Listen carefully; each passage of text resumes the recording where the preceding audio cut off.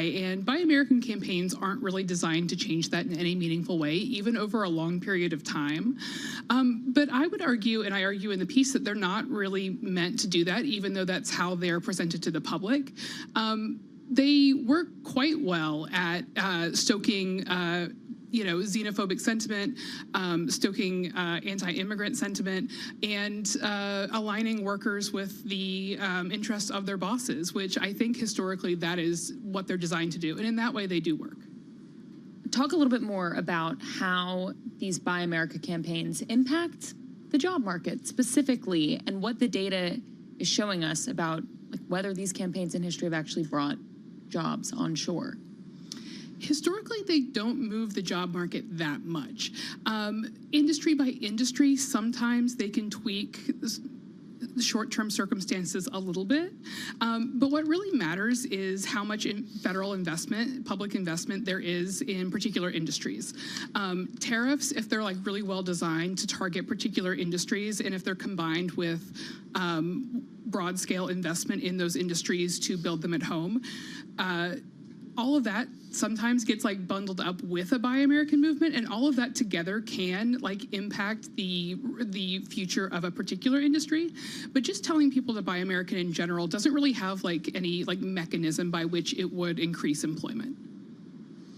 But Amanda, if the way that the Trump administration is thinking about this is a bit different than in the past, let's say it's, I don't know, instead of encouraging people to buy American, they're making it so it's really difficult not to buy American. So that product that is in front of you is actually the least expensive one because there is not a cheap import available. Does it work then? I think that we're sort of about to see if it works then. But there's reason to believe that even under these circumstances, even when the alternatives are really onerous, it wouldn't work in a lot of situations, because what does it mean to buy American in an economy where the supply chains are globalized, different components come in from all kinds of different places, and then are, in the end, assembled in America? A lot of things that are labeled as American goods contain foreign components or need raw materials from overseas that are then going to also be more expensive. And then there's just a lot of things that Americans want to buy that are not produced in any meaningful quantity in the United States. And there's really no way for them to be produced in the U.S. Take coffee, avocados. You can't satisfy current American demand for these things with the American capacity to produce them ourselves. So you have this situation where buying American has become sort of a meaningless slogan, because what is an American product? I get into it in the story a little bit, but it's really hard to say what that even is. Yeah, this is a really detailed story, and I love that it starts with some American history and an homage back to the Boston Tea Party, which I didn't realize that you could trace the roots of that campaign all the way back to the beginning of the country. Maybe we could just end on where you see at least Trump's Buy America campaign going, and how we'll judge the efficacy of it, within 4 years from now. It sort of depends where tariffs go, because something that we see historically over the course of, a number of sort of large Buy American campaigns, what the the volume of imports and the tendency to buy American goods really depends on is the overall economic situation. So if we end up in a recession, it is likely that fewer imported goods are going to come into the country. But historically, once that recession ends, the trend line on imported goods returns directly to whatever it would have been before the recession happened. So without a robust plan for public investment in particular industries in the U.S., without more there, I really don't see how this is going to make any positive long-term changes in U.S. manufacturing. Amanda Mole, Bloomberg Business Week senior reporter, joining us back there in the Bloomberg Business Week studio. Check out her story and more at bloomberg.com/businessweek, and also, of course, on the Bloomberg terminal. If you're sticking with us on radio, we got a great program coming up in just a few minutes. We talk about the dark pools of money. Bloomberg TV next.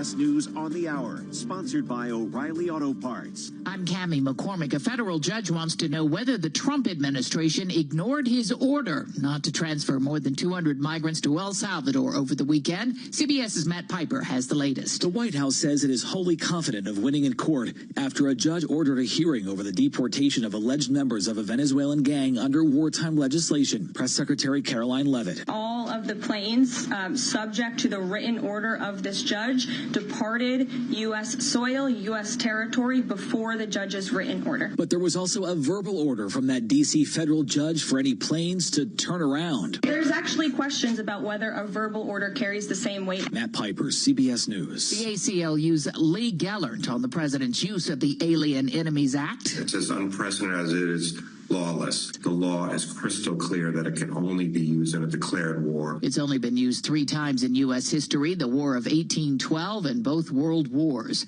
The Kremlin has confirmed President Putin will speak to President Trump tomorrow. Trump says Ukraine is on the agenda. At the White House, spokeswoman Caroline Leavitt didn't offer many details. He will be speaking to President Putin tomorrow. I won't get ahead of those negotiations, but I can say we are on the 10th yard line of peace. President Trump is at the Kennedy Center this hour as Weijia Jiang reports. This is the first board meeting for the Kennedy Center since the president dissolved the board of directors and put in all of his fierce loyalists and people that he wanted. He also named himself the chairman. Among his complaints, drag shows at the venue.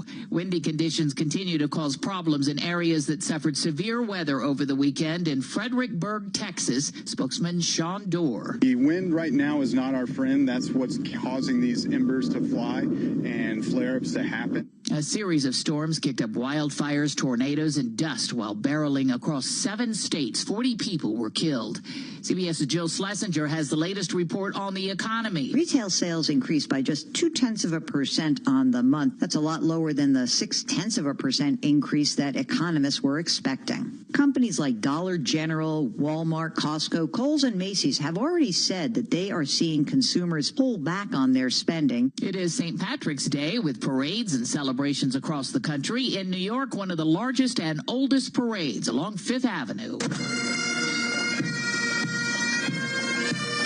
Many cities held their parades over the weekend. On Wall Street, the Dow Jones Industrials currently up 461 points. The other indexes are up as well. This is CBS News.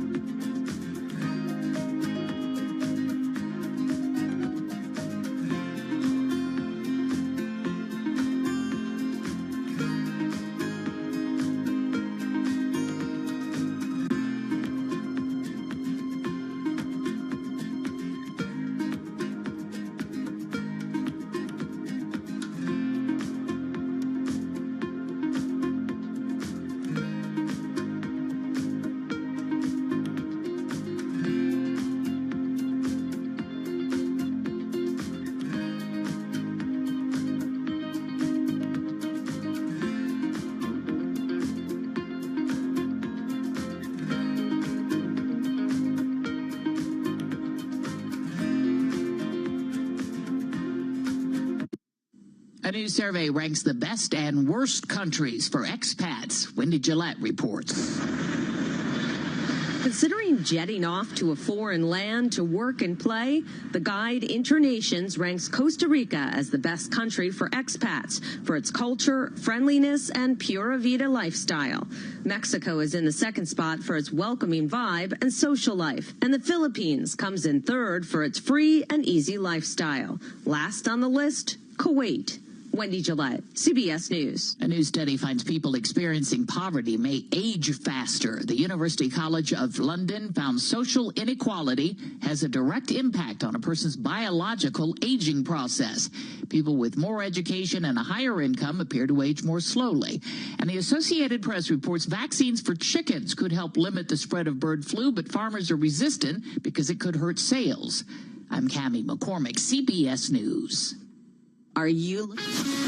This is Bloomberg Business Week. Insight from the reporters and editors that bring you America's most trusted business magazine. Plus, global business, finance, and tech news as it happens. Bloomberg Business Week with Carol Massar and Tim Stenovec on Bloomberg Radio and Television. It is Bloomberg Business Week. I'm Tim Stenovec, and that is Emily Graffeo in for Carol Massar. I'm here in San Francisco in our bureau at Pier 3. Emily Graffeo holding down the fort in the Bloomberg Interactive Brokers studio in New York. Emily, we got a rally underway. Yeah, I thought that stocks were not really feeling the economy, but we have seen the S&P 500 move higher today. It's now up over 1%, Tim. Yeah, I thought investors were kind of sitting back and going to see what they heard from Jay Powell. At least that's what it looked like this morning. But we're seeing a lot of buying as we get later into the session. We're going to have much more on the markets in just a couple of minutes. In the meantime, speaking of stocks, Wall Street's private rooms are making dark pools even darker.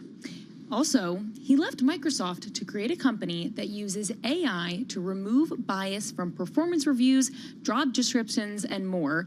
What does he make of the backlash to DEI? And the making of modern corporate finance, a history of the ideas and how they help build the wealth of nations. It's a new book. We got the author with us. We're going to talk corporate finance with Don Chu, founding partner of Stern Stewart and Company. All that and more coming up over the next 2 hours right here on Bloomberg Business Week. First up, though, a check of the day's trade and top business stories. Here he is, Charlie Pellet. Hi, thank you very much. And here's what's going on, Tim and Emily. We have got just about 53 minutes to go before the closing bell. With the Dow, the S&P, NASDAQ, they're all holding close to session highs. S&P right now up 59 points. That is a gain of 1%. More than 90% of S&P 500 companies are higher. However, mega caps like Tesla and Nvidia are under pressure. Tesla right now down 4.4%. It is Nvidia that is down by about 0.8%. The Dow up 490 now, up 1.2%. NASDAQ up 149, up by about 0.8%. The 10-year 4.30% with the 2-year 4.05%. Gold up $14 the ounce, right around $3,029.98 now, up 0.5%. West Texas Intermediate crude oil up by 0.5%, $67.55 a barrel, and Bitcoin up 1.6%, 84,545 on Bitcoin. Federal Reserve policymakers begin that two-day meeting tomorrow, the decision Wednesday, and it comes amid uncertainty over trade, tariffs, and immigration. Julia Coronado is president and founder of Macro Policy Perspectives. The Fed is really going to have to wait and see because, look, the inflation data haven't made the progress the Fed had wanted. We're still hovering above their target. The labor market, latest data, still resilient, so they can afford to wait and see. Julia Coronado of Macro Policy Perspectives. NVIDIA shareholders hoping that keynote speech tomorrow from CEO Jensen Huang can deliver enough optimism to help sustain the stock's recent rebound. NVIDIA right now down 0.9%. I'm Charlie Pellet. That is a Bloomberg Business Flash. Hey, thanks so much for that update, Charlie. Do appreciate it. Well, Wall Street's infamous dark pools are getting even darker. A decade after being engulfed by controversy that culminated in multiple enforcement actions and a regulator clampdown, these off-exchange trading platforms are touting a way to buy and sell stocks that's even more opaque. Catherine Doherty is finance reporter at Bloomberg News. She joins us now in the Bloomberg Interactive Brokers studio. Kat, big step back. I want to start big. What is a dark pool? So dark pool is another term for alternative trading system. Basically anything that is happening off the big public exchanges, think NYSE, NASDAQ. Of course, you could go direct to another broker, a single dealer platform, but these off-exchange trading venues, dark pools, they've been growing over the years, but what has been an even more distinct subset of the growth is the introduction of private rooms. So what this basically is on a dark pool, or within a dark pool, you have segmented areas that are basically distinct venues where one broker-dealer can choose who they are interacting with. They can invite others into the room. It could be one party, multiple parties, or they could even just internalize their own trading from all of their customers. It really is a distinct setup, but the idea is exclusivity and control over who and what you're interacting with. So dark pool, private rooms, you said the word exclusivity. This does sound like a part of the world of trading that regular people may be walled off from. What do we know about who is actually using these private rooms? So it's a great question. Most regular day investors, think a retail investor that's putting in an order on Robinhood or Charles Schwab. A lot of those trades just go straight to a market maker, a wholesaler that is going to have the obligation to fulfill that trade to the best of their ability. And you don't necessarily, as the investor, know who it is that you shouldn't know who is filling your trade. Now, the other alternative to that is your broker, so Robinhood being a broker, but it could be Charles Schwab or another, could route to an exchange or to one of these off-exchange trading venues, these dark pools. And if there is a setup, this private room within the dark pool, that their algorithm has chosen to route to, that is where the trade could eventually get filled. So there's all these different options, but the exclusivity is very specific to what the broker is looking for, what type of execution, who do they want to be interacting with. And the benefit for the liquidity providers, those that are filling those trades on the other side, is that they might, in a hypothetical situation, want to interact with retail flow, with all the retail trades coming in, because these are typically trades that aren't moving the market in the same way that a big block trade coming from a big bank customer would do. So that can be appealing to market makers that want to fill the smaller orders. We should note, though, Kat, this is a really highly regulated thing. I mean, we're talking about stock trading. We're talking about buying and selling stocks. We're talking about exchanges here. How are dark rooms or dark pools regulated? What are the rules? So dark pools, these alternative trading systems, they are regulated in the same way. They're slightly different, but they are regulated venues. So the difference, though, is that the volume, what is actually being transacted within a dark pool, the private room activity, which again is walled off per se to everyone else that is trading on these ATSs, these alternative trading systems, those volumes are not specifically broken out from the overall trading volume that happens on the off-exchange venue. So nothing necessarily based on the rules as they're written now. This is something that is allowed, but the question becomes, could there be even more transparency when it comes to the volumes that is happening, not just on a dark pool, but within the private rooms themselves? I want to talk about how this is impacting markets, but first, I want to backtrack to just how did these private rooms start to evolve? What was really the push that now we're seeing? We had dark rooms and now we had dark pools, but now we have private rooms. So it all comes down to choice. Usually this is the broker-dealer that wants to be able to have more control over the quality of the execution that they're looking for, right? They want to get the best price. If their customer is putting in an order, they don't want that order based on the price that is being inputted. They don't want it to fluctuate. And if you know that there's a party that you're willing to interact with because you've had a positive experience with that party, that is a good thing, and you're going to want to return to interact with that party in the future. So this is not a new concept. Segmentation, the ability to choose who you're interacting with and where, has evolved over time.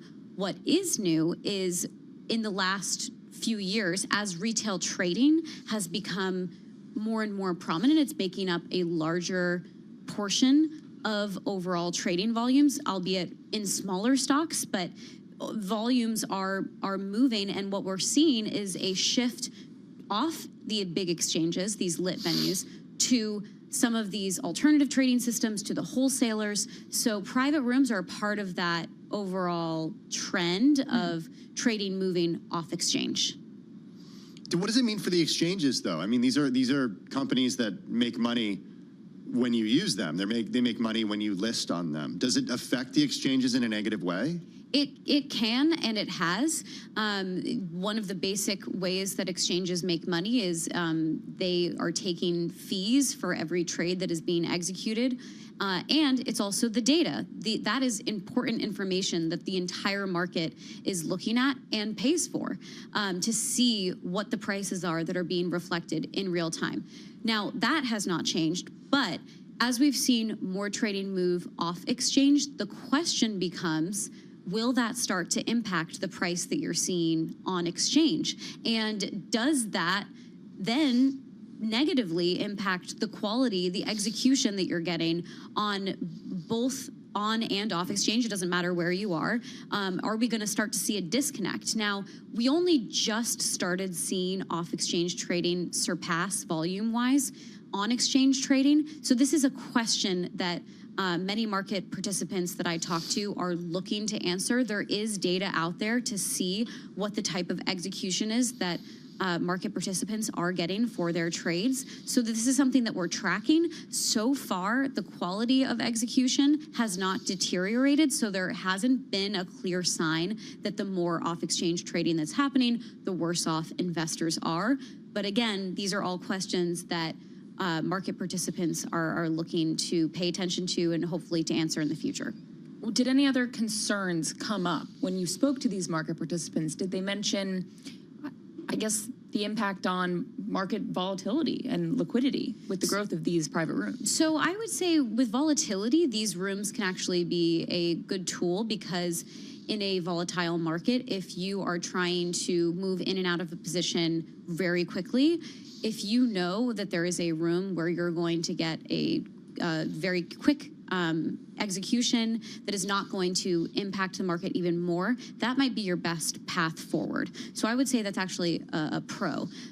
Some of the concerns that I have been hearing is really just around transparency. As I had mentioned, overall trading volumes are tracked on these dark pools, on these alternative trading systems, but all of the trading that is happening in these private rooms is not broken out. So the question then becomes, could there be an additional layer of reporting, of transparency that shows how much volume is essentially off these, it's within the dark pools, but it's not accessible to everyone. So if you think I'm going into an alternative trading system and I'm trying to access all of this trading based on the volume that I see, you might have only 90% access and 10% of it is closed off to you.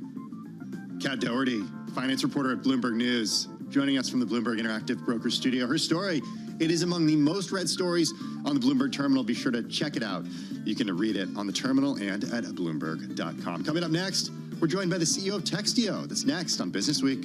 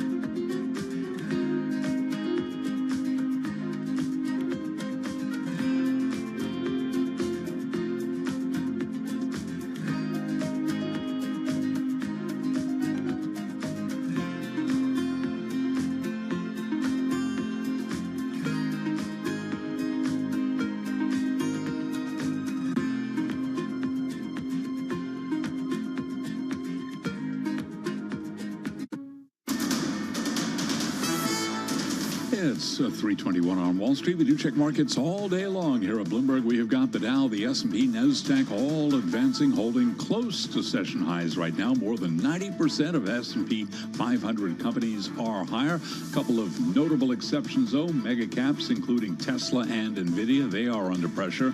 But right now, we've got the S&P 500 index up 55, a gain there of 1%. The Dow up 464, up now by 1.1%. And NASDAQ is up 130, higher now by 0.7%. The 10-year at 4.30% with a 2-year 4.05%. Gold up $14 the ounce, $29.98, up by 0.5%. West Texas Intermediate crude up 0.5%, 67.55 a barrel on WTI. And Bitcoin now up by 1.5%, 84,430 on a Bitcoin.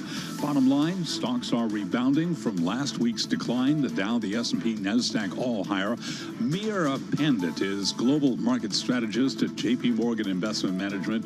She was a guest this morning on Bloomberg The Open. She says you got to keep the recent selling in perspective. On average, we see about a 14% sell-off every single year. So what we're seeing so far this year is in line with averages. We've seen less volatility in the last 2 years, so we've just been a little bit out of practice. And 75% of the time, the market does end up positive to end the calendar year. So I do think that price targets that call for a higher S&P by the end of the year are still reasonable. Mira Pandit of JP Morgan. PepsiCo confirming that it is acquiring healthier soda brand Poppi for $1.95 billion, confirming an earlier Bloomberg News report. PepsiCo up 1.7%, Coca-Cola rival up by 1.1%. I'm Charlie Pellet. That is a Bloomberg Business Flash. Hey, thanks so much for that update, Charlie. Do appreciate it. Well, the backlash against DEI has been swift. Kohl's just the latest retailer to back away from using DEI language amid criticism of the policies from the Trump administration. Under pressure, many companies across sectors, including Victoria's Secret, Target, Meta Platforms, and Walmart, have been pulling back from DEI, some dropping diversity-related hiring and promotion goals. Really curious what Jensen Harris has to say about all this. He's the co-founder and CEO of Textio. The company makes software that removes bias from workplace communication. So think performance reviews, job descriptions, and more. Textio says that a quarter of the companies in the Fortune 500 have used Textio. Full disclosure, Bloomberg is a customer of Textio's. Bloomberg managers and other company leaders use the company's software to ensure their job descriptions, performance reviews, and manager feedback are written in a way that's clear, fair, and equitable. Also, Bloomberg Beta, the early stage VC company backed by Bloomberg LP, the parent company of Bloomberg Media, is an investor in Textio. Jensen joins us from Las Vegas. Jensen, good to see you. Have you noticed companies embracing your software differently just in the last few months as we've seen such a backlash to DEI? Well, I think an important thing to realize is that most companies aren't actually stepping back from the principles of diversity, of fairness in hiring and in how they treat their employees. Even after these executive orders that came out a few weeks ago, 80% of American companies have said they're staying the course or they're actually investing more in ensuring that they're hiring the best folks for their companies and giving them the tools to get fair feedback, for instance, that helps them grow and thrive. And so I actually think that almost every CEO understands that at the center of their business being successful are the people that they've hired and the people that they need to grow and promote to do great work. And so I don't think there's actually much controversy about when you want to hire the best people, you need to cast the widest net. I don't think that there's actually much controversy about you should treat your employees fairly and ensure that all of them have an opportunity to get the feedback they need to do a great job. And so I think kind of this is a bit of a tailwind actually for folks who actually want to invest in the people at their companies. So talk about how Textio has evolved, because you launched the company in 2014. Obviously, tech and AI has grown so much since then, and DEI has become much more of a hot button issue. What are the biggest changes that you've seen for Textio over the last few years? Yeah, so we were first to market as an artificial intelligence company to HR. We've been doing AI in the HR space for more than a decade now. And so the last decade has really been for us taking our core technology, which is about helping optimize talent. And we've started with hiring a decade ago, ensuring that people could build recruiting content, job postings, and brand language that can attract the widest set of qualified candidates to roles, really about hyper optimizing that content to perform well. And over the last decade, we've just continued to get further and further into other important aspects of running a company.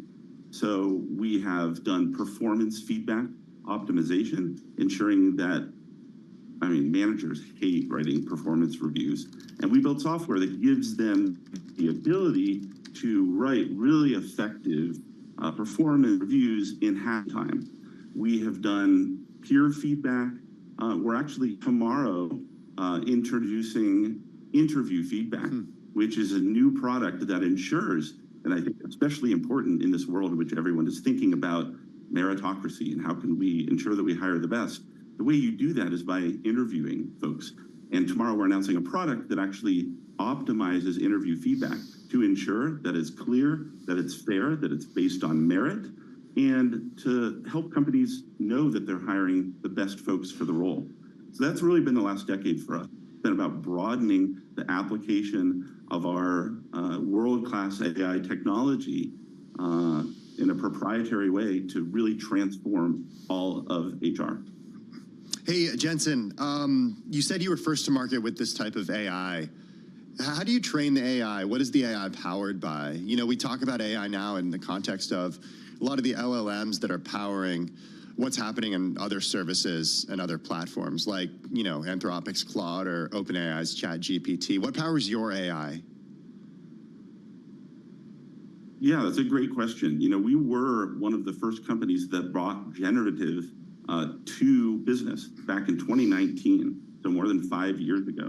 And so the idea of how do you train AI to be safe to use and effective is a really important one, and one that we've been thinking about for a long time. So Textio's data is really based on a whole bunch of different signals in the world. Some of it is trained from sort of our signals of what's happening, you know, for instance, in recruiting across hundreds of millions of job posts in the world and seeing what goes up, what goes down, how fast is a job filling, how do different companies sound online. And we can take all of those signals along with sort of our proprietary knowledge of what actually is filling, what jobs are filling, what industries are filling, what language works well in different locales around the world. Like I would talk to someone looking for a job from New York differently than I would London or San Francisco, for instance. And we take together, which ends up being hundreds and hundreds of millions of data points, and use that to create, refine the models. And then humans are actually responsible for ensuring that those models can be trusted, that they're safe, and most importantly, that they actually work, that they actually create the optimizations that the models predict they will. Now, we have a real advantage compared to a company like OpenAI, for instance, which is we build models just for HR. We are not, you know, writing a letter to Santa. We're not writing your one-pot chicken recipe. We don't care about any of that general purpose stuff. We optimize in a hyper way for HR scenarios and HR optimization. And so in a sense, we have a real leg up on everyone else in this space. We talk a lot on this show about supply chains and chip designers, and I'm wondering, as a company that uses AI, has it gotten cheaper? Has it gotten easier to leverage AI just in the last year or so? Certainly the pace at which optimizations are happening and the pace at which compute is becoming, you know, more and more easy to access in a cost-effective way. It has leveled the playing field a little bit. That said, it's still pretty expensive. And a lot of companies that over the last year or two have decided to try to layer on artificial intelligence on top of their legacy systems have found that it's an expensive proposition. And so I think that's a place where companies that really can embrace doing domain-specific models for HR, or for finance, for sales, are going to find that they have a much easier job because the models are right-sized for the tasks versus, again, an OpenAI general purpose model where you're paying for a lot of compute in some cases in order to get a relatively small amount of value back. When you left Microsoft more than 10 years ago to launch Textio, and Emily kind of alluded to this with the evolution of the company, what did you envision Textio would do versus what it's doing now?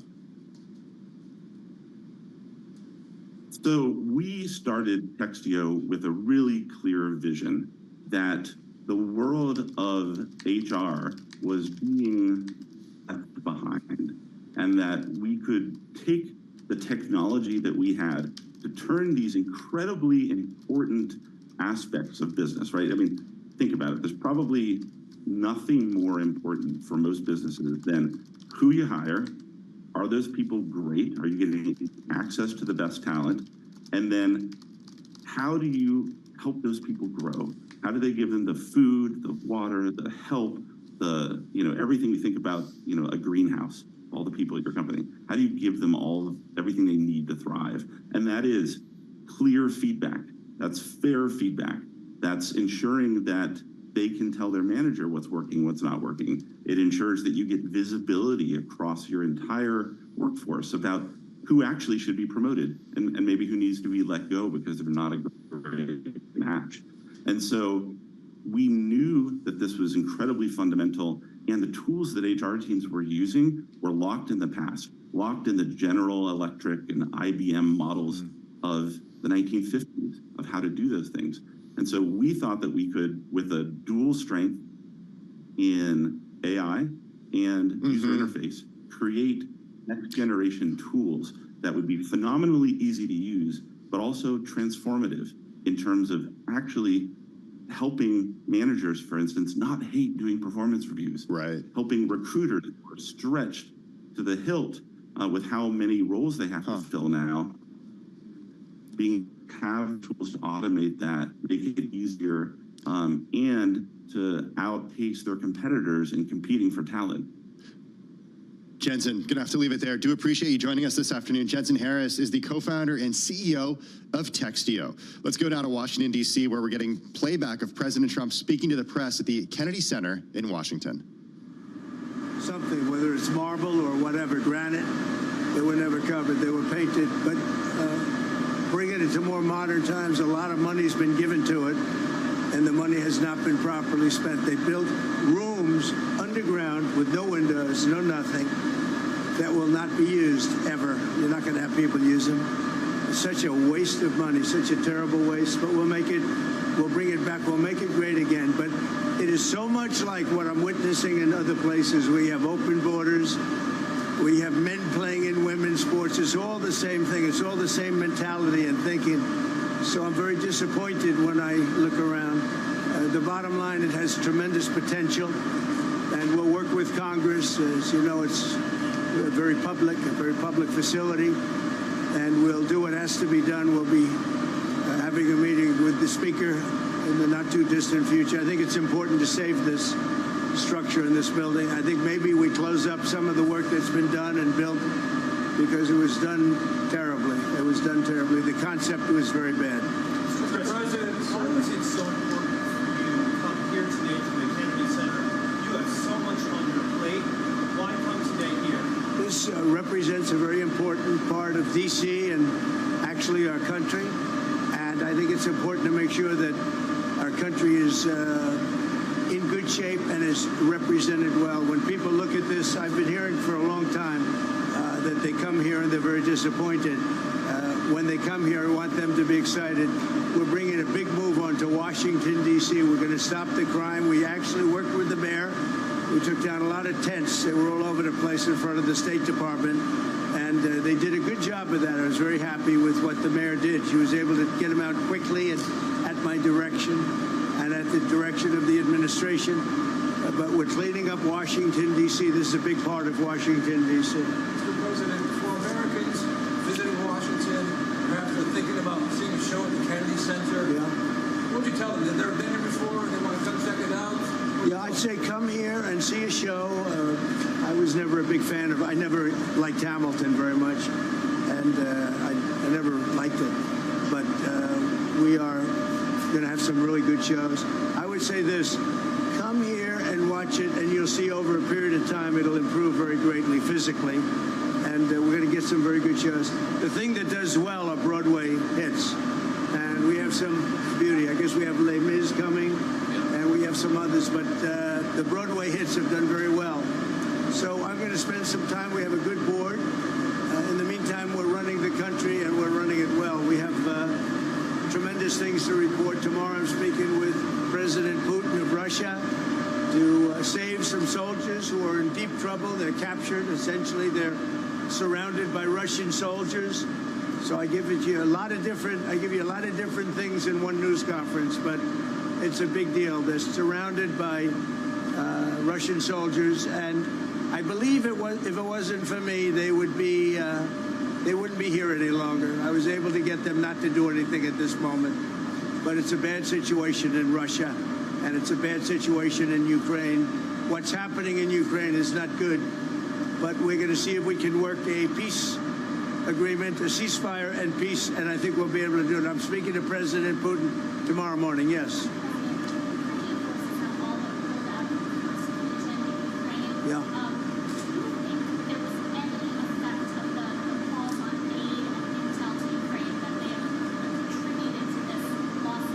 No, not at all. No, really the opposite. I think it was appreciated, and we have to understand, and you have to understand, that if I see somebody doing something bad that's going to cause a lot of death, the only reason I'm involved, and this is Russia and Ukraine, but a lot of people, it's humanity. I'm involved for humanity. A lot of people are being killed over there, and we had to get Ukraine to do the right thing. It was not an easy situation. You got to see a little glimpse at the Oval Office. But I think they're doing the right thing right now, and we're trying to get a peace agreement done. We want to get a ceasefire and then a peace agreement. Who you with?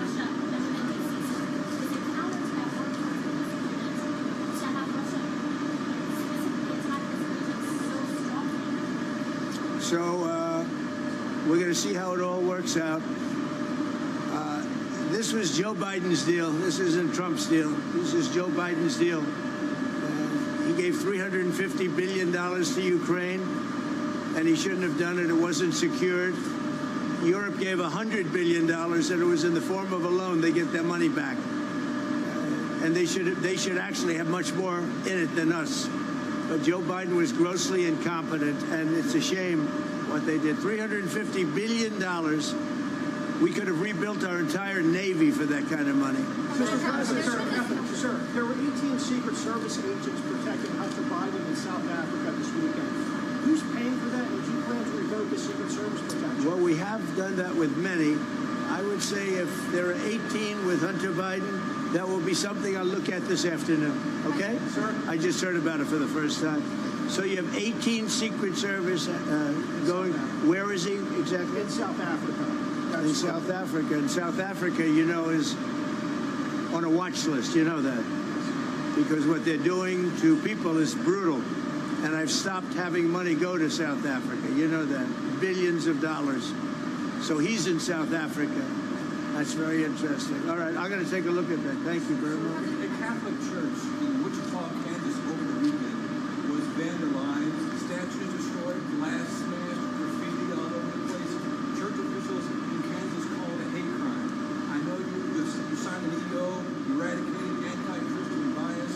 But sir, what more can the White House do to protect places of worship like St. Patrick's Church in Wichita, Kansas? Well, we're going to take a look. I love Wichita. You know, I got big votes there. We won that state by a lot. We'll take a look at that. When did this happen? This happened over the weekend, sir. Again, statues destroyed. Terrible.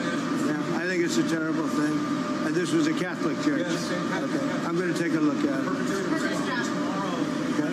Thank you very much, everybody. Thank you, sir.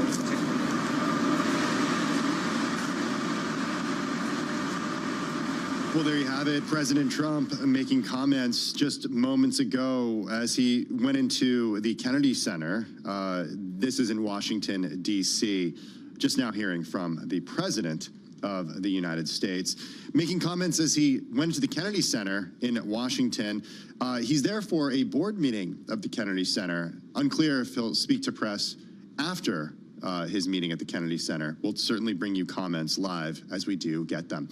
In the meantime, we are still seeing some buying as we head into the close. Let's head on over to Charlie Pellet for an update on everything happening in markets. Hey there, Charlie. Well, hello there, Tim. Indeed, we are very close to session highs. Off session highs, yes, but still close with the Dow, the S&P, NASDAQ.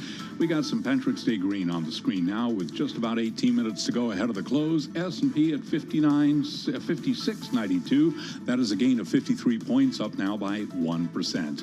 The Dow up 452, higher now by 1.1%. NASDAQ up 121 points, up by 0.7%. The 10-year 4.30% with a 2-year that's currently yielding 4.05%. Spot gold up $13 the ounce, $29.98, holding very close to the 3,000 level, up 0.5%. West Texas Intermediate crude up by 0.5%. WTI 67.51 a barrel, and Bitcoin now up 1.6%, 84,574 on Bitcoin.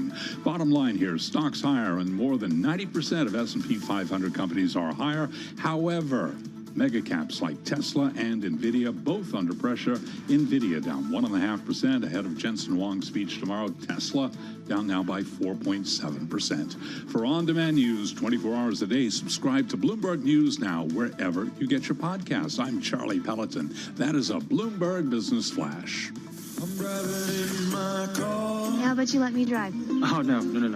This is not a twin. Who's gonna drive you home? Honey, please, I'll do the driving. Drive on. Excuse me, I want to drive. It's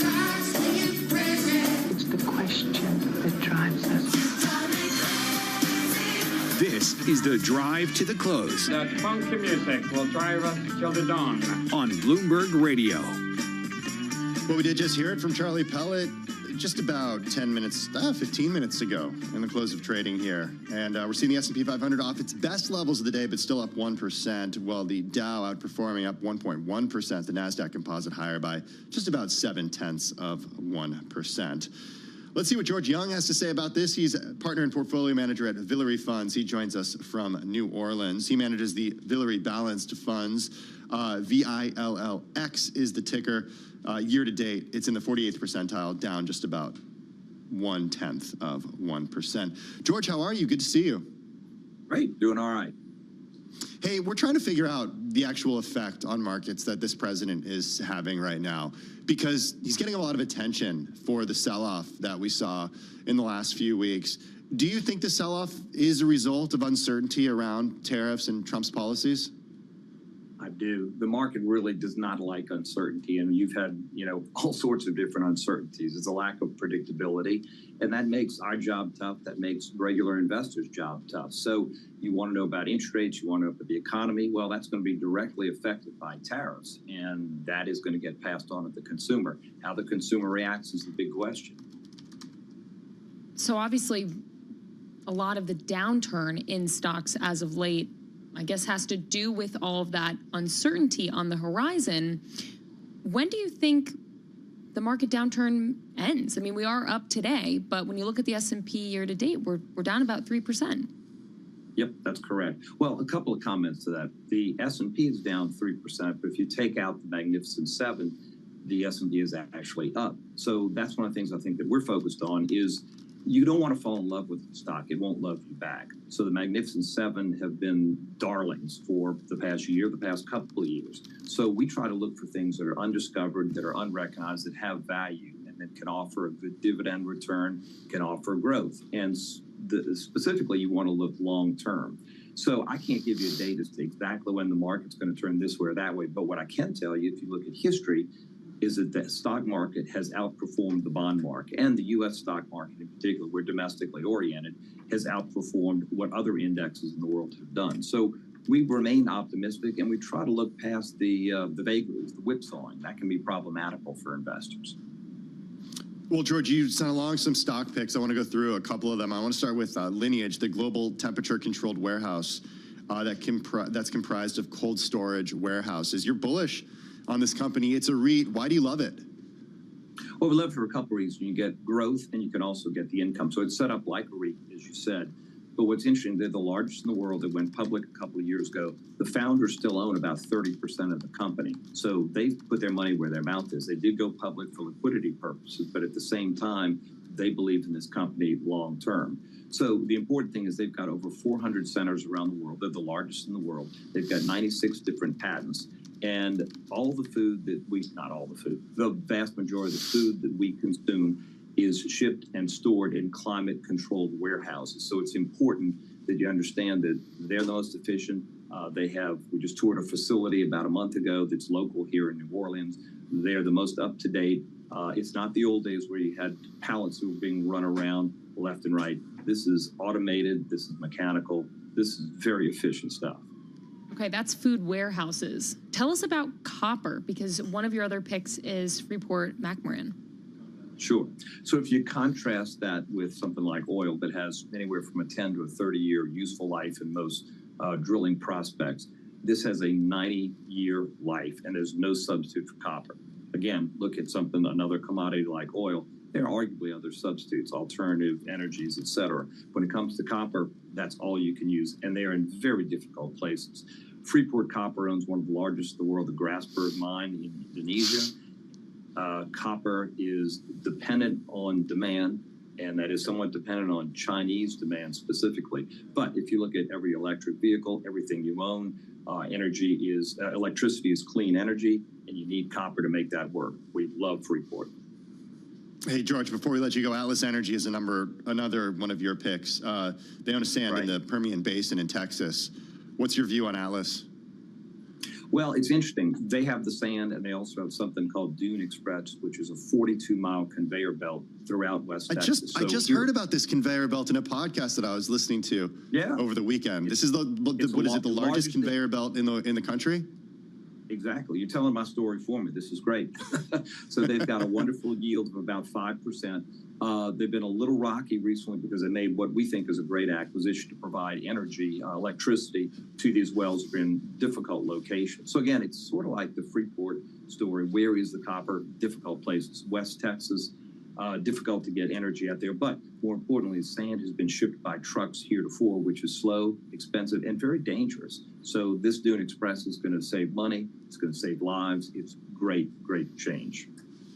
All right, I feel like I got to do a remote broadcast from this conveyor belt just to see it, or maybe go for a ride on this conveyor belt. George, really appreciate you joining us. Thanks so much for taking the time this afternoon. George Young is portfolio manager at Villere Funds. He joins us from New Orleans. Taking a look at equity markets as we are just minutes away from the close. The S&P 500 off its best levels of the day, but still up 1%. The NASDAQ up 0.7%. Coming up next, we're counting you down to the close with our TV team. This is Bloomberg.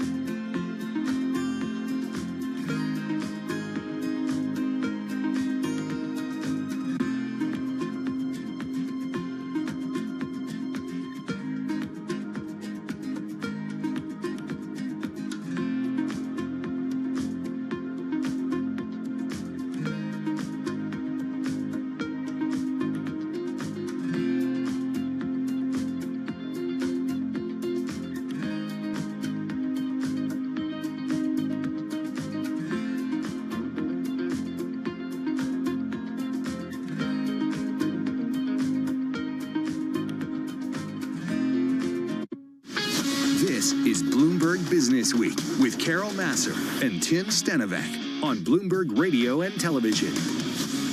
It is Bloomberg Business Week. That is Emily Grafeo of the Bloomberg News Cross Asset team in for Carol Massar this afternoon. I'm Tim Stenovec in our San Francisco bureau. Emily holding on the fort in New York. Emily, I'm taking a look at the most read stories on the Bloomberg terminal right now, and I see the most read story in the last 8 hours is about Harvard going tuition free, but there's an asterisk there. The asterisk is that it's eliminating tuition fees for students from families with incomes of $200,000 or less.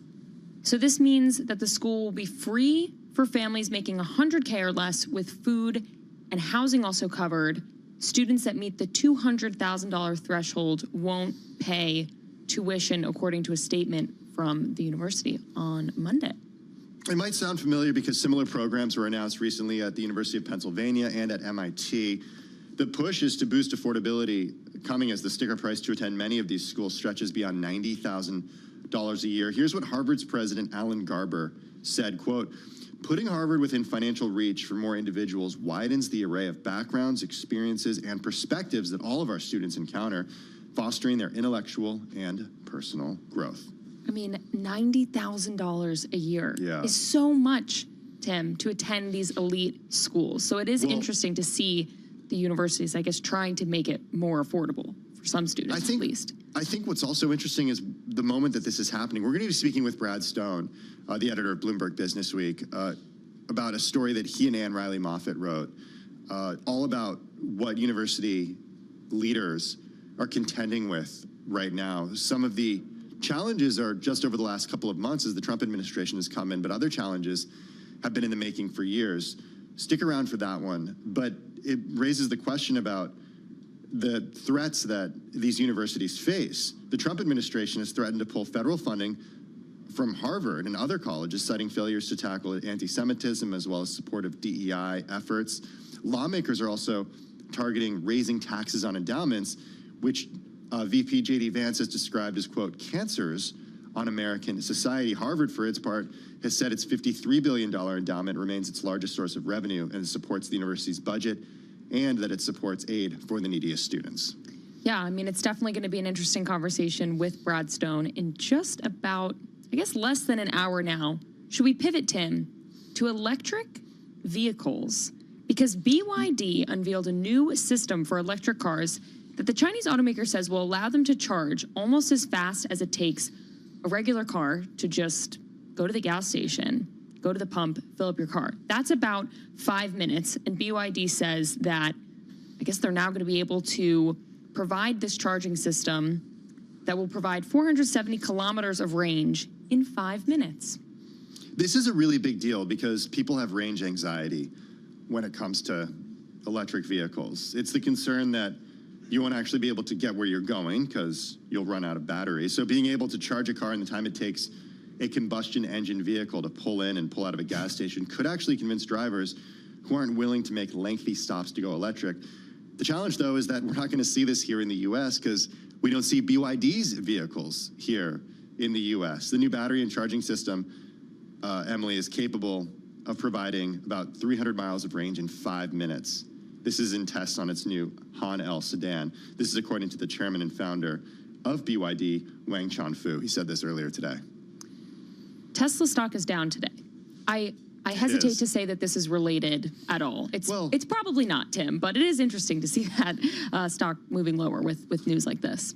I do think one thing to think about is, although Tesla doesn't face BYD as a competitor here in the U.S., it does face it in other parts of the world, namely in China. So Tesla does have a range of competitors when it comes to its technology in other countries outside of the U.S. Hey, I do want to take a look at markets because we are almost ready to head to our TV team for the closing bell. The S&P 500 is up 0.7%, so we're off our best levels of the day. Seeing some selling into the close, the NASDAQ higher by 0.4%. We're joined by our Bloomberg TV team for our cross-platform coverage, TV, YouTube, and Bloomberg Originals. We're going to count you down to the close right now.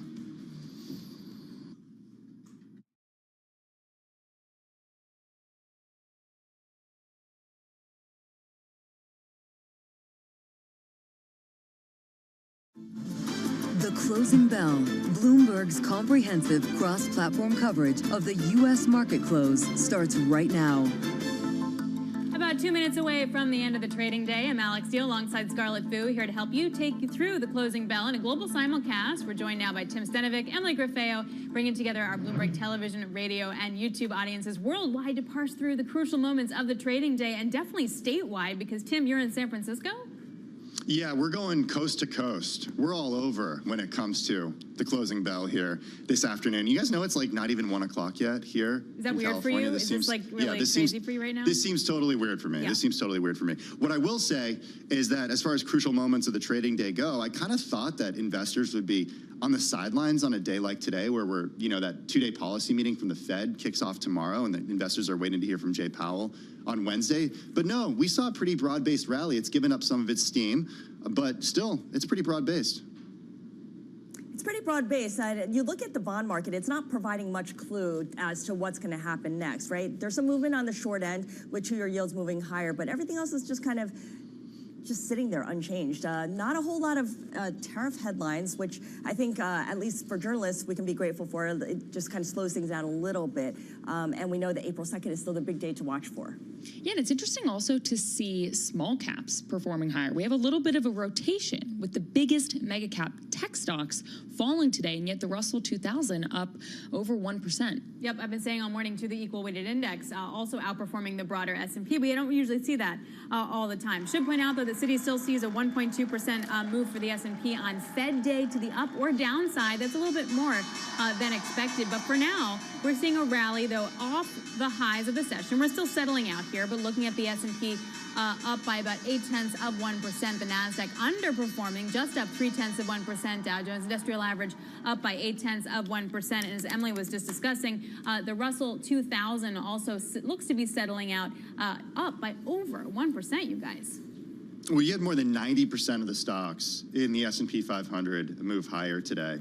Only 42 stocks moved lower, whereas 459 stocks in the S&P 500 moved higher. A good day for me to be doing gainers and Emily to be doing decliners. All right, let's give Emily a little bit more time to look for some decliners. I'm going to show you what's happening on the iMap, and you can see it is a sea of green there. There is some red, and that's mainly the consumer discretionary sector, which encompasses home builders, automakers, and retailers, and the weakness really is in the auto sector.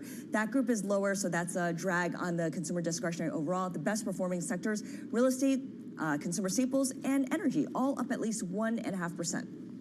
Hey, I want to go to some of the gainers that caught my eye today. There were certainly no shortage to choose from, starting with shares of Intel, higher today by, we can go ahead and round that up, 7%. Intel's incoming CEO, Lip Bhutan, has considered significant changes to its chip manufacturing methods and AI strategies. This is according to a report from Reuters. They cited 2 people familiar with the matter. A few things here includes restructuring the company's approach to AI and staff cuts to address a middle management layer, revamping the company's manufacturing operations.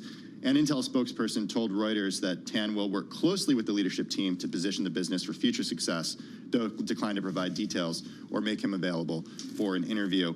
Shares were up as much as 8.7% today before giving away some of those gains. The stock, though, up close to 30% so far this year. And yes, it is outperforming NVIDIA just this year. Also, shares of Robinhood finished the day higher today.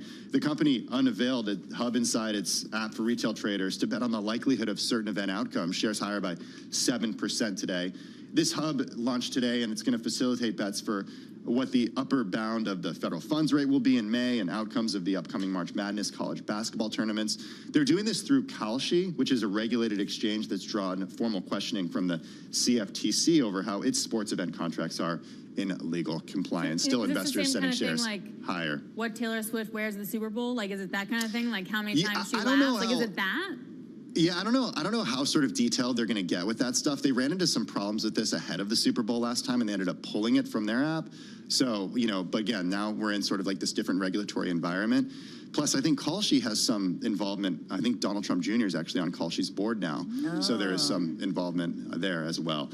Finally, this is for Carol because she's not here today. I wanted to do an entire index. It's the NASDAQ Golden Dragon Index. Good shout out. It's higher by 4%. Chinese stocks in New York breaking out today. Investors are looking at the nation's plan to boost consumption and mold this AI model released by Baidu. NASDAQ Golden Dragon Index higher today. China did put out guidelines to revive consumption by boosting people's incomes and set out other measures, such as stabilizing the stock and real estate markets. Golden Dragon China Index higher by 4% today. All right, and for those decliners, I did have to look a little bit to find them, but Affirm was a big one. The buy now, pay later company slid as much as 16%, but closing now about 4% lower. And this was on news that rival digital payments company Klarna is set to displace it as the exclusive provider of buy now, pay later loans for Walmart. And it's all coming a few days after Klarna filed publicly for a U.S. IPO in what could be one of the year's biggest financial company listings. Now, these other two companies, I don't know if you guys have heard of them, but NVIDIA was down as much as 3% today. Not as much on fundamental news, really, but it is the first day of its much-anticipated AI conference for developers, which will be going on for a few days. Tuesday is when CEO Jensen Huang will speak about NVIDIA. Shareholders now, I guess, hoping that he can inject some much-needed optimism and momentum into that stock, which, again, was down, closing about 1.8% today. And then finally, Tesla. We talked about how the indexes were higher. Tech stocks broadly, when you look at the NASDAQ 100, were higher, but Tesla was lower. Again, was there really any fundamental news? Not quite sure, but I'll give you some perspective on this stock, because although it was lower today, the shares were up about 8% in the past 5 days. And that stock is up 46% in the past 52 weeks, compared to an 11% decrease for the Bloomberg designated peers of this company. So that's just some perspective for you, even though Tesla was lower today. All right, I'm taking a look at the bond market, guys. It was a weird day, and I'm saying that because the front end couldn't seem to understand which way it was going. So at one point, yields were up 4 to 5 basis points, and then they were down, and then they were flat, and now they're ending up by about 2 basis points. You did have some selling, though, in the back end consistently with yields a little bit lower. Remember, we got those retail sales numbers that missed but weren't terrible, so take that for what it is. And the Empire Manufacturing number that got Scarlett all riled up, down 20. She was very upset about that. So there's that as well. It's a big negative number. It's a big negative number, but either way, sort of steady as she goes when it comes to the bond market, you guys. How about a nice cold can of Stillers?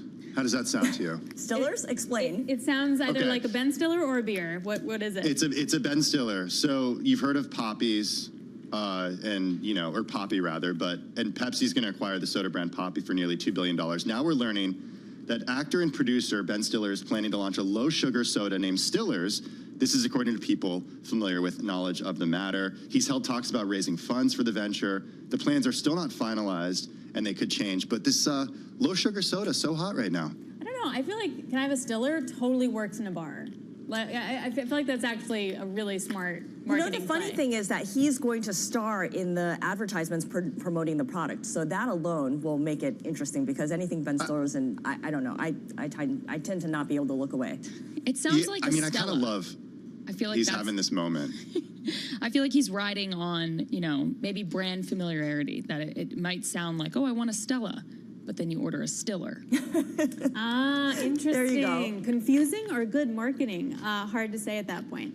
Let me just jump in here because we do have some breaking news. Alphabet is in fresh talks to buy Wiz for $30 billion. This is according to the Wall Street Journal. This is the cybersecurity startup. Again, it is back in discussion talks to acquire this cybersecurity startup. According to the Journal, the stock not moving a whole lot right now in after-hours trade, but we will continue to keep an eye on these developments. All right, guys, here's a story that caught my eye, because we all talk about how much we can quantify AI is actually making. Well, now we can kind of quantify what we, everyday people, are paying for AI products. So apparently, over 35% of Americans reporting using AI-enabled products at least once a week, and many users are actually willing to pay for AI apps, and some paying up to $200 a month for unlimited access to some advanced models, other paying about $10 a month for apps like Midjourney and Canva. But the point is, people are paying and using it. Why would they do that when ChatGPT has a free version? I don't know. Because the subscription version allows you to use it as an agent. So if you want to get a restaurant reservation or book plane tickets, you can actually have ChatGPT do that for you. It's just going to cost you $200 a month. Yeah, I'm not cheaper than paying a butler, right? Cheaper than a butler. But also, you Yeah, guys, think it about is. booking vacations is such a pain. Like, if you had the money and could outsource that, like, you would totally do that. But then you have to involve like the ChatGPT bot to know your frequent flyer miles and your passwords and all of that. That's what you're paying for. That's your $200 a month. I love it. Okay, well, we're going to keep human from here on out, at least according to us for now. But that is going to do it for our cross-platform coverage of the market close on Bloomberg Television, Radio, YouTube, and Bloomberg Originals. We're going to be back tomorrow, same time, same place. This is Bloomberg Business Week, insight from the reporters and editors that bring you America's most trusted business magazine, plus global business, finance, and tech news as it happens. Bloomberg Business Week with Carol Masser and Tim Stenivek on Bloomberg Radio. It is Bloomberg Business Week. I'm Tim Stenivek, and that is Emily Grafeo in for Carol Masser this afternoon. The big question I have is there a worse time to be a college president? As public opinion on higher education continues to sour and the Trump administration threatens huge spending cuts, to say nothing of the roiling protests or crippling sticker shock, campuses are on edge. So write Ann Riley Moffitt and Brad Stone for Bloomberg Business Week. Brad Stone is the editor of Bloomberg Business Week. He joins me here in our San Francisco bureau. Talk about timing for this story. I mean, this was kind of perfect timing. Hi, Tim. Good to see you. We actually interviewed we brought together 5 university presidents at the end of February, and that was 1 week before the federal government, before the Trump administration threatened to withdraw $400 million in funding from Columbia University. So yes, in some ways the timing was great because there was these clouds were on the horizon.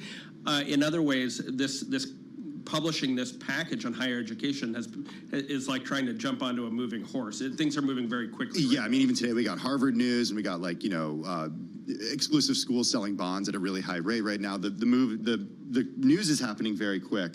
The decision makers you spoke to at these top universities, they were public and private schools, they were large schools and small schools, they were liberal arts schools and state schools. It really runs the gamut. Who were these people? Yeah, and they're the brave few. We put out the call Really? far and wide. And look, I mean, this is a tough time for university presidents. You said it in the introduction, maybe the hardest job in America right now. Not only the pre-Trump factors of rising tuition costs, dropping male enrollment, the ambiguity around test scores, protests in 23 and 24, and then the kind of post-Trump factors, the specter of an endowment tax, NIH cutting funding, and now the threats around DEI and anti-Semitism. But really, it's the administration viewing universities as a source of elitism and something of the enemy. So yes, we got the presidents of New York University, Marist University, Grinnell College, the University of Colorado at Boulder,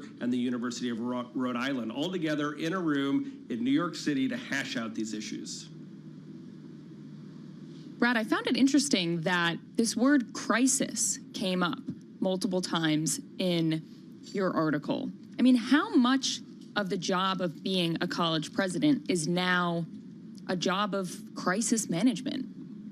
I don't think historically it was one. I mean, I think this was, this used to be the statesman role. I don't know if we could say it was ever particularly easy, but the thing that has really happened, I think probably starting with October 7th, 2023, and the attack on Israel from Hamas, there have been a set of constituencies at universities that are all, whose interests are all diametrically kind of opposed. You have students, particularly at some of these elite universities, particularly at my alma mater, Columbia, inheriting the mantle of student activism and protest. And then you have alumni that are very much against this on-campus activism, that feel like the college community experience has been co-opted. You've got the federal government now with its agenda saying that the campus has moved too far left. These are places of liberal thought and anti-conservative thought. Take those arguments or leave them. But if you're a university president right now, you're kind of buffeted by all these different winds. And I think it was on display when the presidents of Harvard and Yale and eventually Columbia were asked to testify in 2024, and basically ended up all losing their jobs because there's really not an easy way out of all this conflict. Yeah, it's been pretty remarkable to watch, and I guess when you explain it that way, it makes sense as to why university presidents were a little reticent to get in a room and speak with the editor of Bloomberg Businessweek. It goes beyond, though, protests, Brad, because there are questions you raise in here about shifting demographics, things that have been playing out over the long term, but also recently of funding losses for these schools and the importance of these universities providing employees and leaders for the next generation of American businesses. And there seems to be this tension right now that's playing out with maybe a lack of understanding of the importance of that federal funding going into training those people who make the next innovations. Right. And that's where I think the roundtable really was an excellent exercise. I mean, they came together and they really made the argument that universities matter, that these are drivers of scientific and medical research, that this is a magnet bringing the best and brightest from around the world to the United States, and making the case for knowledge, for research, and saying this strengthens the United States, and why would you ever kneecap it? And so yes, there was also the private industry argument. Justin Schwartz, the chancellor of University of Colorado at Boulder, saying that business needs a human capital supply chain, and that is the role of universities. And then if you undermine that, talent gets cut, and you handicap the U.S. in its direct competition with China and other countries. They also made the point that, the U.S. is already kind of lagging a little bit. We used to lead in patents in the number of research papers published. We're not number one anymore. So they're making the argument that this should be a time of reinvestment and not curtailing for political reasons the financial foundation of these universities. You asked a very short and pointed question. Is college too expensive?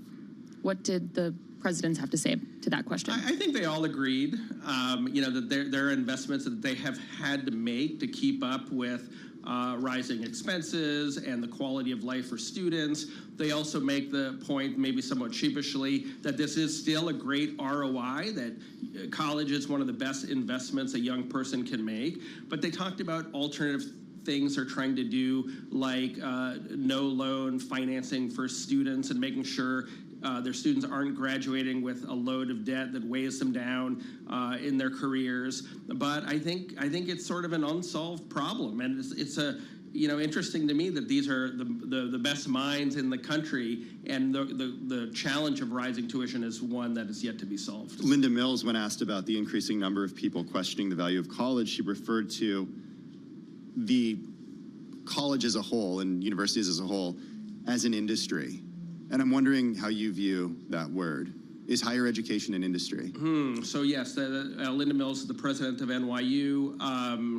It is an industry, right? I mean, these are massive, massive institutions with incredible endowments and investment arms, and particularly in New York City, great real estate holdings, and they are corporations unto themselves. They operate with a very unusual set of circumstances. They're generally nonprofit institutions, and as we've been really finding out this week, they get an enormous amount of their income from the federal government, and I think in some cases it's almost like one third. And so they're also they serve a high-profile public purpose, and they're quite politically vulnerable in this environment. And so I think what we're seeing now is a lot of these universities really try to get on the right side of the Trump administration, as many companies are doing. Perhaps that's the best evidence that it is an industry, just like many companies are scrubbing their websites and all their public communication of the phrase DEI.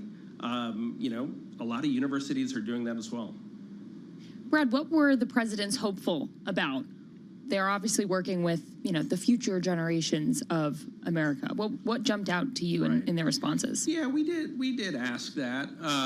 But look, I'm not going to pull any punches here. I think that, this is a tough time for them. There were things that we talked to them about, like declining male enrollment, that they, it's 60-40 on some college campuses that they just don't have an answer to right now. They say, these problems are starting in early education, that men lack role models right now. now. The political situation is becoming increasingly difficult for them. We did ask them what they were hopeful about. The fact that, they still have dynamic campuses and tens of thousands of students engaged in, cancer research and finding the next drug and understanding, maternal health and all those topics that are so important. That keeps them going. But by and large, their attention have had to be diverted to some of these much more difficult issues. Brad Stone, he's the editor of Bloomberg Business Week. Check out everything in Bloomberg Business Week at bloomberg.com/businessweek and, of course, on the Bloomberg terminal. You're listening to and watching Bloomberg Business Week.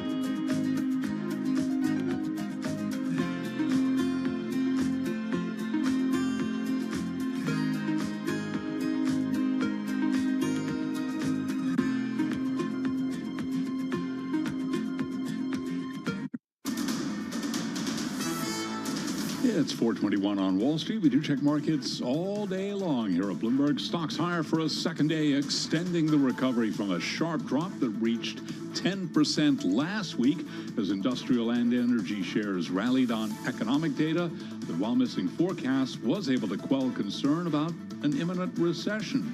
So the Dow, the S&P, and NASDAQ all advanced today. S&P up 36 to 56.75, a gain of 0.6%. The Dow was up 353, up by about 0.9%.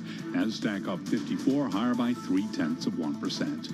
10-year 4.29%, with the 2-year currently yielding 4.04%. Gold up $17 the ounce, back above 3,000 now. 3,001 on the precious metal, up 0.6%. While West Texas Intermediate crude is up 0.5%. 67.52 for a barrel of WTI. And this Bloomberg Business Flash is brought to you by Oracle. Attention growing businesses. Oracle is offering to cut your current cloud bill in half if you move to Oracle Cloud Infrastructure for new U.S. customers with minimum financial commitment. Offer ends March 31st. See if your company qualifies at oracle.com/Bloomberg. Developing story at this hour, Google parent Alphabet said to be in talks once again to buy the cybersecurity startup Wiz, this time for around $30 billion. This according to the Wall Street Journal, citing sources. And tomorrow is the big day for NVIDIA shareholders, indeed much of the market, as we hear from CEO Jensen Huang speaking at the company's GPU technology conference.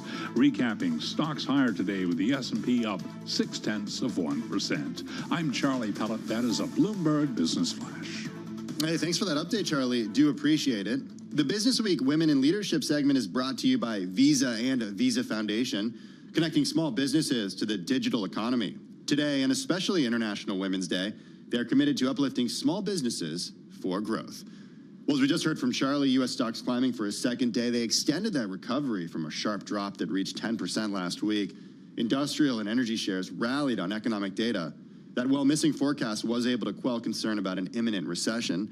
More than 90% of the companies in the S&P 500 rose, overshadowing a slide in most mega caps. And perhaps exemplifying that, check this out, an equal-weighted version of the benchmark climbed 1.3%.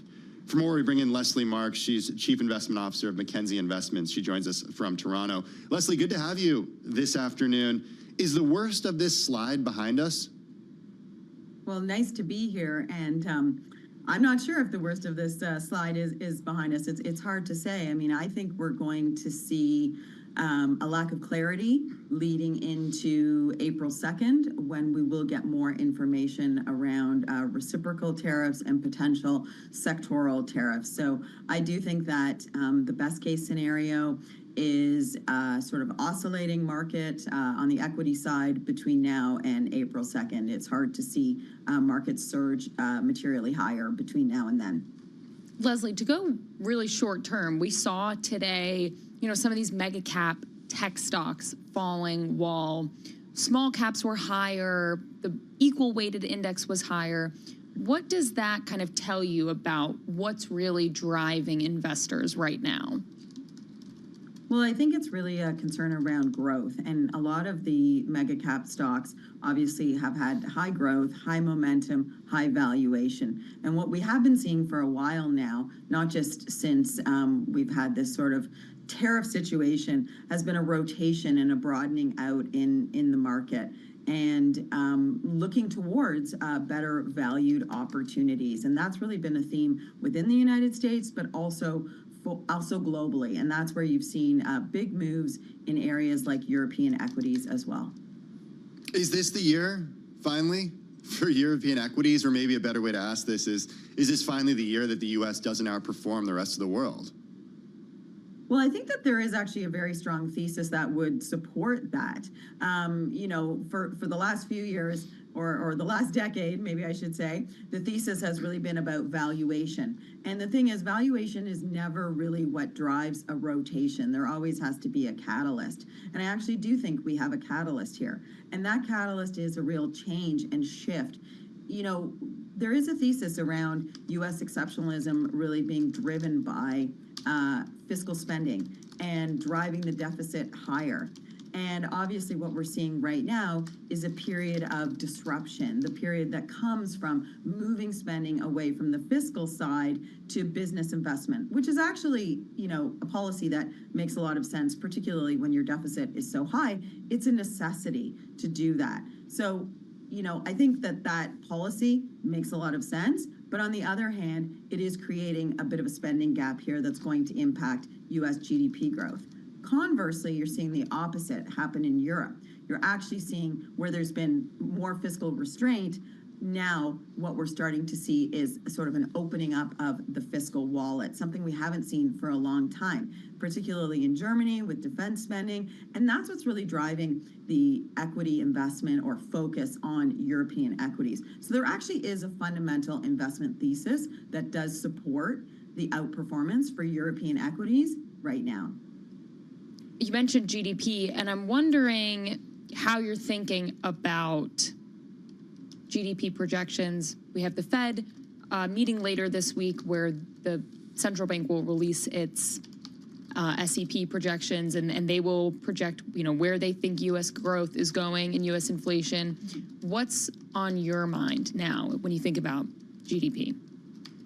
Well, I think the Fed's in a bit of a difficult spot because it's really focused on the information that it has today. And there is a lot of uncertainty coming with the economy now going forward and the growth projections. And I just can't see the Fed really being preemptive about that. So the Fed's going to assess the data that it has, and that's going to tell them to stay on the sidelines. On the other hand, they do have to be prepared for a big shift, because what we're starting to see signs of is almost like a freezing in behavior. The consumer is starting to freeze, businesses are starting to freeze. Without policy certainty, people are having a hard time making spending decisions. I mean, I'm sure you see it, you feel it yourselves, you see it in your communities, but we're also hearing this pretty consistently from corporates as well, that when they think about making, 5, 10, 15-year capital decisions, they need to have more visibility on what that is going to look like for them and what the return profile will be for them. So I do think that we are going to have several areas of the GDP formula that could be at risk for lower expectations over the short to medium term, but that doesn't mean that we're not set up very well over the longer term. And this is really the sort of short-term pain for long-term gain thesis. Has Powell's job gotten any easier given what we've seen with financial conditions over the last couple of weeks? A little bit of a sell-off in stocks. We've seen a rally in rates. Yields come down. Is this make his job easier? Well, Powell can join the long lineup of people whose jobs have become much more difficult over the last couple of months. Yes, I mean, I think it's because you think his job has become more difficult? Yes. Okay. Yes, I think it's definitely more difficult because he's in a situation where he's, having to make decisions on backward data that could look very different from forward-looking data. I think, central bankers around the world are experiencing a more challenging environment right now as we see all of these shifts around how money is spent. And, as I use the German example of a shift from more, lower interest rate monetary stimulus towards fiscal, the U.S. is sort of in the opposite situation where it's moving away from fiscal, and eventually if the United States experiences a slowdown in GDP growth, we'll have to move towards easy monetary policy. So, that's likely in the cards for the future, depending on how growth plays out. But we have seen more and more views around, of course, there are people that are calling for potential for recession. I would say even calling for a soft landing will make the Fed want to think more dovishly about the future. I want to go back to tariffs for just a moment because, I'm looking back at the notes that you sent over to us about how, there's this on and off again rhetoric about the tariffs, and everyone right now feels kind of frozen. If you're an investor, if you're a business leader, you just are kind of in like a wait and see mode to see what happens with the tariffs. When do you see markets kind of moving on from tariffs? How long are we going to have to be kind of like dealing with headlines, and investors going to have to be waiting on the sidelines until things are smoothed out? Yeah, well, I do think the next catalyst, as I mentioned, is April 2nd, when the president will have all of the trade reports on his desk, and he will be working with his team to make a decision around the way forward as it pertains to reciprocal tariffs and sectoral tariffs. Maybe something else that's quite encouraging is today we heard from Jameson Greer that there's this sense of wanting to bring a little bit more process around the approach towards tariffs. And so for an investor or for the investment community, that's really important because the strategy might be a good strategy, but so far the execution has been very chaotic. And so what we want to see is process and methodology around the tariff decisions. And then I think investors will feel more comfortable with the outlook for the market when they know what the scope of tariffs is going to be. Today, to your point, we really don't know. And we've had environments over the last month or so where that has really changed day to day and in a very surprising way, I would say. Leslie, you're joining us from Toronto, so I'd be remiss if we didn't ask just about what the scuttlebutt has been with regard to the way the president has been talking about Canada over the last few months.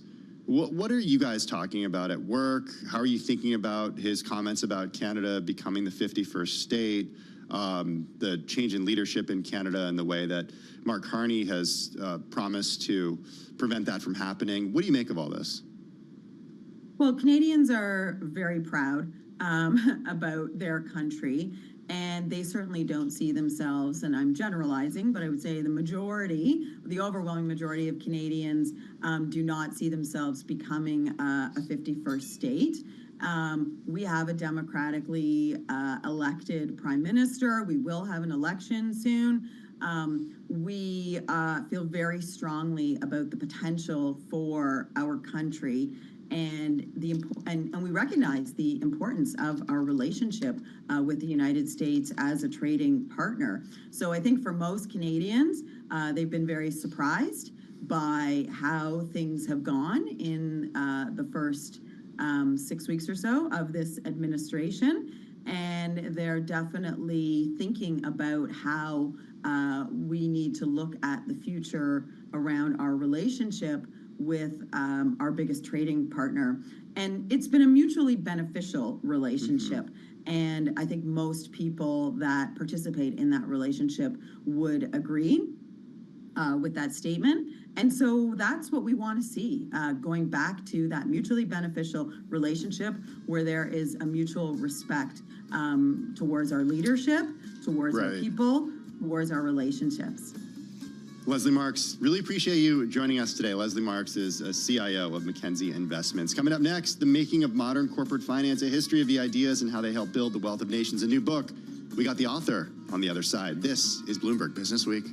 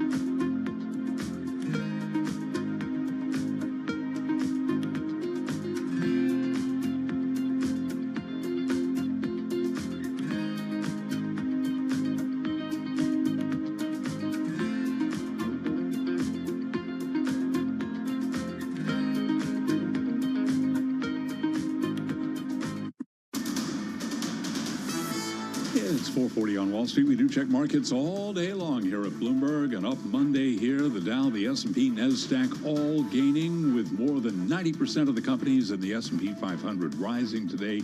We saw the S&P 500 index after last week's sell-off, 4 weekly losses in a row, by the way, up 36 points today, 56.75, up by about 0.6%. The Dow up 353, up by almost 0.9%. The NASDAQ Composite Index up 54, up 0.3. The NASDAQ 100 Index up 0.5%. The Russell 2000 Index was up by 1.2%. The 10-year yield at 4.29%, the 2-year 4.04%. Spot gold up $17 the ounce, now at $3,001, up 0.6%, and Bitcoin up 0.9%, 83,934 on Bitcoin. So the Dow, the S&P, and NASDAQ all higher today.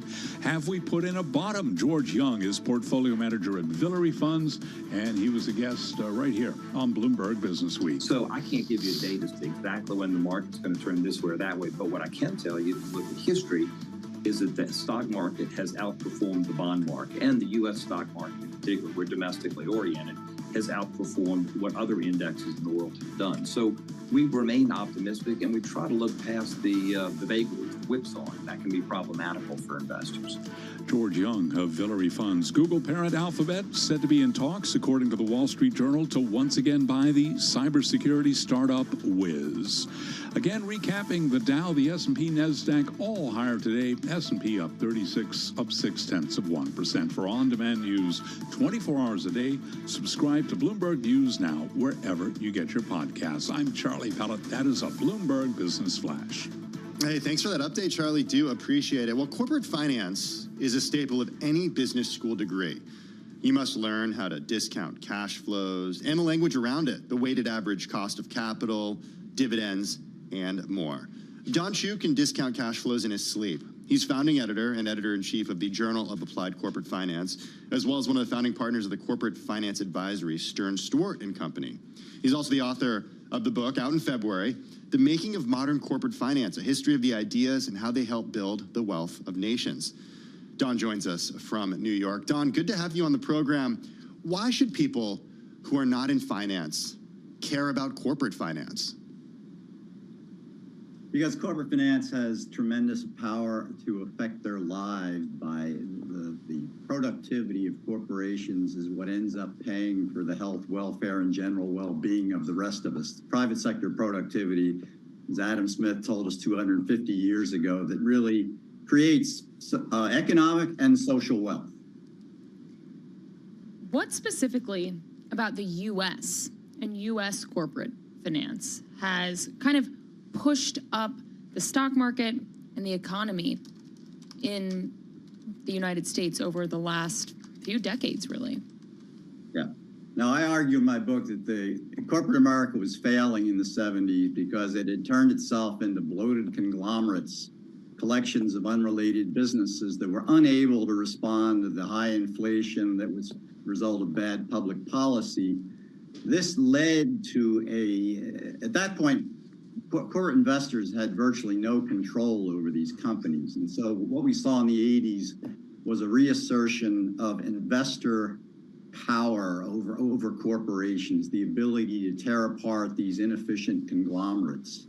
Basically a restoration of what corporate finance was like in the 1920s when J.P. Morgan used to own large positions, debt and equity, sat on boards, made strategic decisions.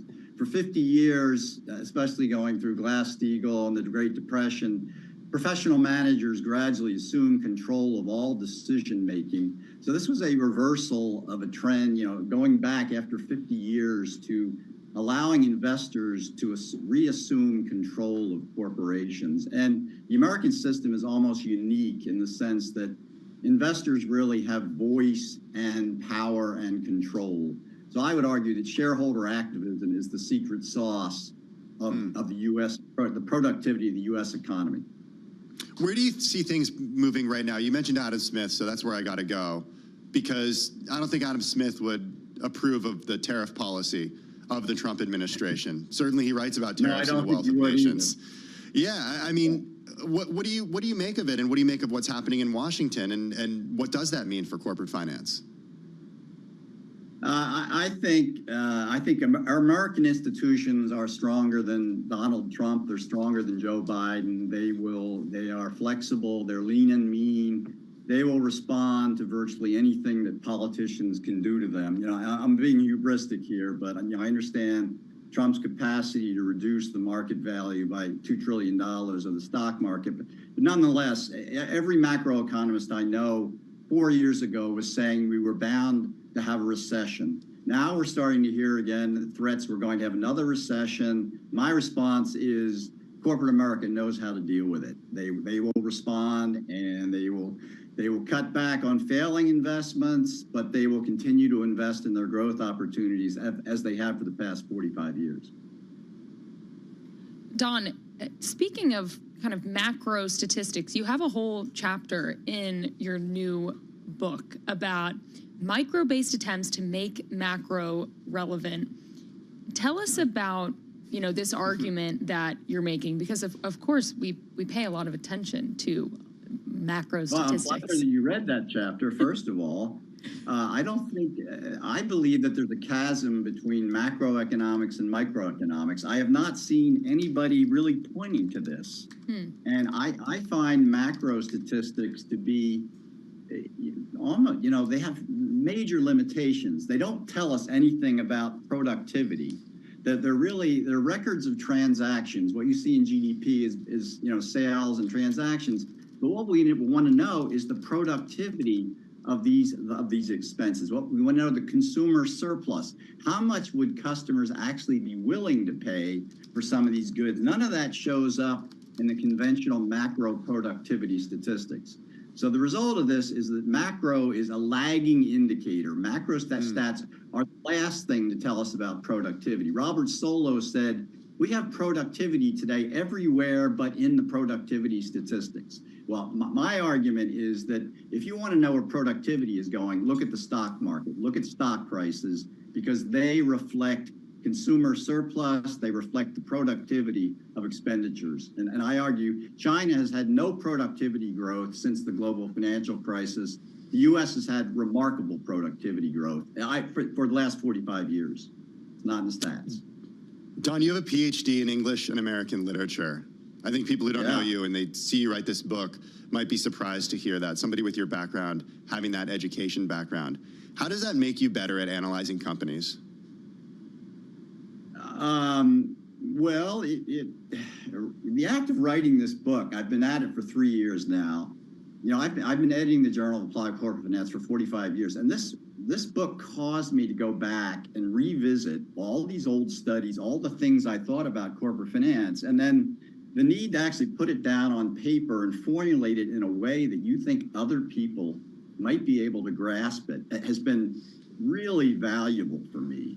Mike Milken once said to me, Don, you know, I would like you to write a book on corporate finance that's brought down to the level of Walt Disney. And I said, Mike, I can't do that, but I can try as hard as I can. And I really tried to make this book something that, you know, a smart, curious person would be able to understand. There's only 5 equations in the book, and I apologize for every one of them. Hey, we only have about 30 seconds left. But I'm wondering about the evolution of corporate finance, the way you studied it as an MBA in Rochester to what you have seen now. Has it evolved significantly? Has it changed significantly? Well, you know, it has evolved from Milton Friedman's version of capitalism as the pursuit of profit to something that Michael Jensen has called enlightened value maximization. And that it's long-run value maximization. It's completely consistent with Friedman's view, but it means that corporations have to pay much more attention to all their stakeholders, you know, their employees, their suppliers, the regulators, tax collectors. But they also, you know, you have to do it in such a way that you're not reducing the value and the competitive strength of the firm. Do good things for society, but make sure you're not destroying value. Don, appreciate you joining us. Congratulations on the new book. Don Chu is founding editor and editor-in-chief of the Journal of Applied Corporate Finance. He's also the author of the new book, The Making of Modern Corporate Finance, A History of the Ideas and How They Build the Wealth of Nations.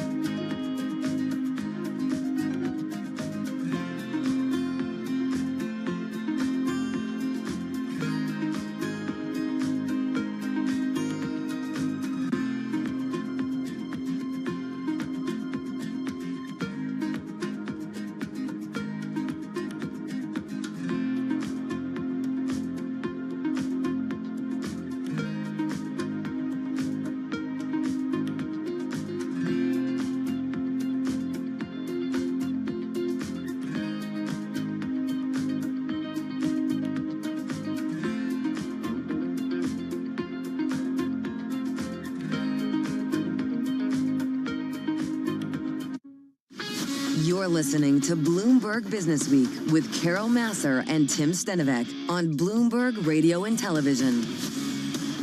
It is Bloomberg Business Week. That is Emily Grafeo in for Carol Masser. I'm Tim Stenovec in San Francisco. Let's take a look at some stocks that are on the move today. We're joined by Bloomberg News cross-asset reporter Emily Grafeo, who is in the Bloomberg Interactive Brokers studio. Emily, what do you have your eye on? Okay, so it was a big day for soda companies, and not just because there was news that Ben Stiller is getting into the soda market, but also because PepsiCo announced that it will acquire healthier soda brand Poppi for $1.95 billion, and that confirmed an earlier Bloomberg News report. So we had PepsiCo stock up 2%. It was the biggest jump since February 21st, and it was the third straight day of gains for this stock. And I have to say, I am seeing Poppi, which is like a prebiotic soda, everywhere on shelves of all bodegas. I have had it. My roommate is like obsessed with it. So I see it in my fridge all the time, but I have tried a couple of the flavors. You ever steal it from your roommate? I don't think I can admit to that on air, so I'll decline to comment. Sometimes that happens with roommates. It's like Olipop and Poppi are the two out there right now, and Olipop just raised some money. Poppi got bought. I drink a lot of it over the summer. We'll see if when the sun comes out again. Yeah, BI said that the acquisition could immediately make Pepsi the leader in the fast-growing $1 billion plus U.S. prebiotic soda market. So I think it's a good move for Pepsi because obviously they're known for their name brand Pepsi sodas that have a ton of sugar, and now they're trying to kind of cater to, that audience that wants something a little bit presumably healthier.